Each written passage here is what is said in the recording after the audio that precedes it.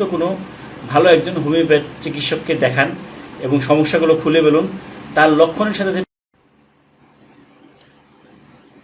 শিশুরা আমাদের পরিবারের আনন্দ, কিন্তু প্রায়ই তারা নানা ধরনের ছোটখাটো অসুখে ভোগে, যেমন সর্দি, কাশি, জ্বর, হজম সমস্যা, নতুন দাঁত ওঠার সময় পেটে সমস্যা, ত্বকের সমস্যা। এইসব নিয়ে বাবা মা কিন্তু সবসময় উদ্বিগ্ন থাকেন এবং তারা চিন্তায় থাকেন কোন ওষুধ তাকে দেওয়া যায়, কোনটা দিলে পার্শ্ব প্রতিক্রিয়া কম হবে। এইসব নিয়ে তারা সব সময় একটা চিন্তা ফিকিরের মধ্যে থাকেন। তো আজকের ভিডিওতে আমি আলোচনা করব শিশুদের সাধারণ রোগগুলো কিভাবে হোমিওপ্যাথি দিয়ে নিরাপদ এবং প্রাকৃতিকভাবে প্রতিকার করা যায়। কাজেই ভিডিওটা যদি ভালো লাগে তাহলে লাইক, শেয়ার এবং কমেন্ট করতে ভুলবেন না। এবং এই ধরনের আরও নতুন নতুন ভিডিও পেতে আমাদের চ্যানেলের যে পাশে থাকা বেল আইকনটা আছে এটাতে একটা ক্লিক করে রাখেন, যাতে আমাদের নিয়মিত ভিডিওগুলো সবার আগে আপনারা পেয়ে যেতে পারেন। প্রথমে একটা কমন সমস্যা নিয়ে কথা বলি, সেটা হলো সর্দি, কাশি, ঠান্ডাজনিত সমস্যা। এর অনেক কারণ আছে, তার মধ্যে অন্যতম একটা কারণ কিন্তু আবহাওয়ার পরিবর্তন। যখন এক ঋতু থেকে আরেক ঋতুতে পরিবর্তন হয়, যেমন গ্রীষ্মকাল থেকে শীতকাল আসে বা শীতকাল থেকে গ্রীষ্মকাল আসে বা বর্ষাকাল যখন আসে, এই যে আবহাওয়ার একটা পরিবর্তন, এই সময় কিন্তু বাচ্চারা অনেক সময় অসুস্থ হয়। বেশিরভাগ বাচ্চারাই কিন্তু এই সময় অসুস্থ হয়। এছাড়া ভাইরাস সংক্রমণ, ঠান্ডা পানি বা ঠান্ডা খাবার খাওয়া, এইসব কারণেও এই সর্দি, কাশি এবং ঠান্ডাজনিত সমস্যা হতে পারে। এর প্রধান উপসর্গগুলো কি? প্রধান উপসর্গ হচ্ছে নাক দিয়ে পানি পড়া, প্রচুর পরিমাণে হাঁচি, কাশি, গলা ব্যথা। এখন আমি যেহেতু সবসময় একটা কমন কথা বলি যে হোমিওপ্যাথি কিন্তু লক্ষণভিত্তিক চিকিৎসা, তো এই ধরনের সমস্যা হলে আমরা হোমিওপ্যাথিতে সাধারণত কোন ওষুধগুলো ব্যবহার করি তার থেকে কয়েকটা ওষুধ নিয়ে আমি কথা বলি। যেমন 1 নম্বরে হচ্ছে অ্যাকোনাইট। অ্যাকোনাইট ওষুধটা আমরা কখন ব্যবহার করি? যখন হঠাৎ করে কোনো কিছু হয়, অর্থাৎ হঠাৎ ঠান্ডা, হঠাৎ জ্বর, হঠাৎ ব্যথা, হঠাৎ হাসি, এরকম হঠাৎ কোনো কিছু হলে সেখানে আমরা অ্যাকোনাইট ব্যবহার করতে পারি। এছাড়া ঠান্ডা লাগার পর জ্বর, ভয়ে কাঁপা, শুকনো কাশি, এসব ক্ষেত্রেও এই অ্যাকোনাইট ব্যবহার হয়। এরপরে দ্বিতীয় যে মেডিসিনটার কথা আমরা স্মরণ করতে পারি সেটা হচ্ছে বেলেডোনা। হঠাৎ তীব্র জ্বর, গলা লাল হয়ে যাওয়া, গরম লাগা, এই ধরনের সিমটমে বেলেডোনা খুব ভালো কাজ করে। এছাড়া আরও একটা হোমিওপ্যাথিক মেডিসিন আছে যেটার নাম হচ্ছে হেপারসাল্ভ। ঘন সর্দি, গলায় কাটার মতো ব্যথা, ঠান্ডা বাতাসে সমস্যা বাড়ে, এই ক্ষেত্রে কিন্তু এই হেপারসাল্ভ অনেক ভালো কাজ করে। এখন আসি শিশুদের আরও একটি কমন সমস্যা নিয়ে, সেটা হচ্ছে হজমে সমস্যা, ডায়রিয়া বা কোষ্ঠকাঠিন্য। এর মূল কারণ হচ্ছে হজম শক্তি কম, অপরিষ্কার খাবার এবং ছোট বাচ্চাদের ক্ষেত্রে অনেক সময় যখন দাঁত ওঠে তখন কিন্তু এই হজমের সমস্যা, ডায়রিয়া বা কোষ্ঠকাঠিন্য, এই বিষয়গুলো দেখা দেয়। তো হোমিওপ্যাথিতে এর কি মেডিসিনগুলো আছে? অনেক মেডিসিনই আছে, তার মধ্যে কয়েকটা মেডিসিনের কথা আমরা এই মুহূর্তে বলতে পারি। যেমন ক্যামোমিলা, দাঁত ওঠার সময় ডায়রিয়া, বাচ্চা অস্থির এবং কান্নাকাটি করে, এইসব ক্ষেত্রে কিন্তু ক্যামোমিলা খুব ভালো কাজ করে। এছাড়া পোডোফাইলাম একটা আছে যেটা পানির মতো ডায়রিয়া, ভোরে বেশি হয়, খুব দুর্বলতা, এদের ক্ষেত্রে কাজ করে।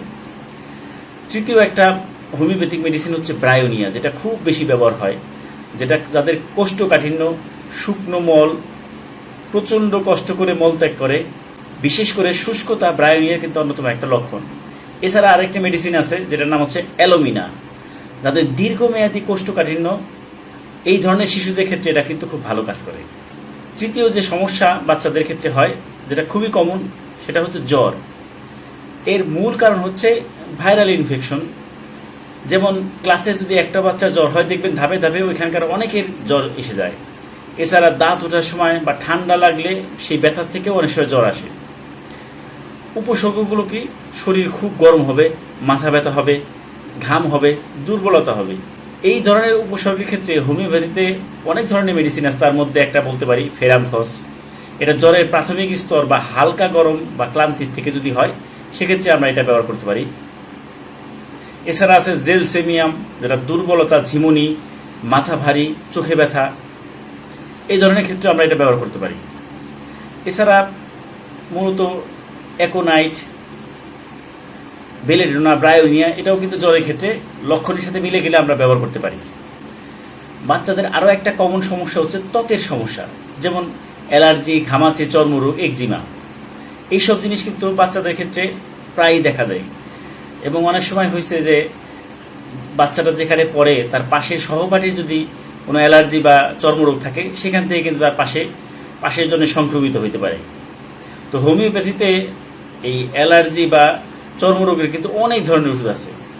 তার মধ্যে আমরা প্রথমেই বলতে পারি, স্মরণ করতে পারি যেটার নাম, সেটা হচ্ছে সালফার। এটা ঘামাচি, চুলকানি, ত্বক লাল হয়ে যাওয়া এসব ক্ষেত্রে ব্যবহার করা হয়ে থাকে। এছাড়া গ্রাফাইটিস আছে, যাদের একজিমা, ত্বক ফেটে যাওয়া, আঠালো কষের মতো বের হয়, এদের ক্ষেত্রে কিন্তু এই গ্রাফাইটিসটা খুব ভালো কাজ করে। আর 3 নম্বরে বলতে পারি রাস্টক্সের কথা, যাদের অ্যালার্জি জাতীয় র্যাশ, চুলকানি, ঠান্ডা লাগা বা ঠান্ডা লাগলে খুব বেশি চুলকায়, তাদের ক্ষেত্রে আমরা এটা ব্যবহার করতে পারি।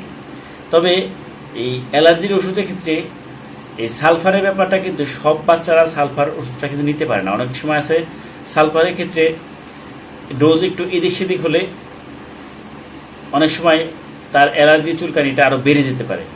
তো এটা অবশ্যই ডাক্তারের সাথে পরামর্শ না করে কোনো ওষুধ খাবেন না। পঞ্চম আরও একটা সমস্যা আছে, সেটা হচ্ছে শিশুদের মেজাজ এবং ঘুমের সমস্যা। অনেক সময় শিশু অসুখ শুধু শারীরিক নয়, মানসিক উপসর্গও দেখা দেয়। যেমন অনেক বাচ্চা দেখবেন খুব খিটখিটে মেজাজ থাকে, খুব বিরক্ত করে, ঘ্যান ঘ্যান করে, ঘুমাইতে চায় না। তো এই ধরনের অনেক সমস্যা কিন্তু তাদের মধ্যে দেখা দেয়। সেক্ষেত্রে আমরা প্রথমেই যে মেডিসিনটার কথা স্মরণ করতে পারি সেটা হচ্ছে ক্যামোমিলা।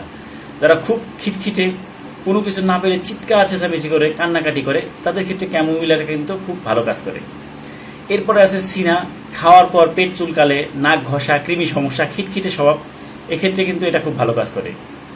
3 নম্বরে আছে ক্যালকেরিয়া কার্ভ, মোটা চিকুন গরনে শিশু, ঘন ঘন ঠান্ডা লাগে, ঘুমের সময় ঘাম, এক্ষেত্রে আমরা এটা ব্যবহার করতে পারি। এখন আসি কেন এই হোমিওপ্যাথি ওষুধ শিশুদের জন্য ভালো। প্রথম কথা হচ্ছে ডোজ একেবারে ক্ষুদ্র, শিশুর জীবনের জন্য নিরাপদ, পার্শ্ব প্রতিক্রিয়া খুবই কম বা নেই বললেই চলে, ওষুধের স্বাদ মিষ্টি ধরনের, এজন্য বাচ্চারা কিন্তু হোমিওপ্যাথি ওষুধ খেতে খুব পছন্দ করে এবং খেতেও কোনো সমস্যা হয় না। আর রোগের মূল কারণ অনুযায়ী চিকিৎসা হয়, তাই কোনো উপসর্গ চাপা পড়ে না। পরিশেষে বলতে হয় যে শিশুদের সর্দি, কাশি, জ্বর বা হজমের সমস্যার মতো সাধারণ অসুখে হোমিওপ্যাথি হতে পারে নিরাপদ সমাধান। তবে মনে রাখতে হবে প্রতিটি শিশুর উপসর্গ কিন্তু আলাদা, তাই চিকিৎসকের পরামর্শে সঠিক ওষুধ নির্বাচন করাই সবচেয়ে গুরুত্বপূর্ণ। এবং এই কারণে আমি যতগুলো মেডিসিনের নামই বললাম এগুলো কিন্তু কমনলি ব্যবহার হয়ে থাকে। তারপরেও আপনার বাচ্চাটিকে অবশ্যই আপনার নিকটস্থ কোনো ভালো একজন হোমিওপ্যাথ চিকিৎসককে দেখান এবং সমস্যাগুলো খুলে বলুন। তার লক্ষণের সাথে যেটা মিলবে সেই ওষুধটা সে এই বাচ্চার জন্য কিন্তু প্রয়োগ করবে এবং এটাই কিন্তু ভালো হবে। আপনার বাচ্চার যদি এসব সমস্যা হয়ে থাকে, কোন ওষুধে ভালো হয়েছে সেটা নিয়ে কমেন্টে জানাতে ভুলবেন না। আর ভিডিওটা ভালো লাগলে লাইক দিন। আর শিশু স্বাস্থ্য ও হোমিওপ্যাথি নিয়ে ভিডিও পেতে চাইলে চ্যানেলটি সাবস্ক্রাইব করে পাশে থাকা বেল আইকনটিতে ক্লিক করে রাখতে পারেন। তো আজকের মতো আমি এখানেই বিদায় নিতেছি। পরবর্তীতে নতুন কোনো টপিক নিয়ে আপনাদের সামনে আবারও হাজির হব। সেই পর্যন্ত সবাই ভালো থাকবেন।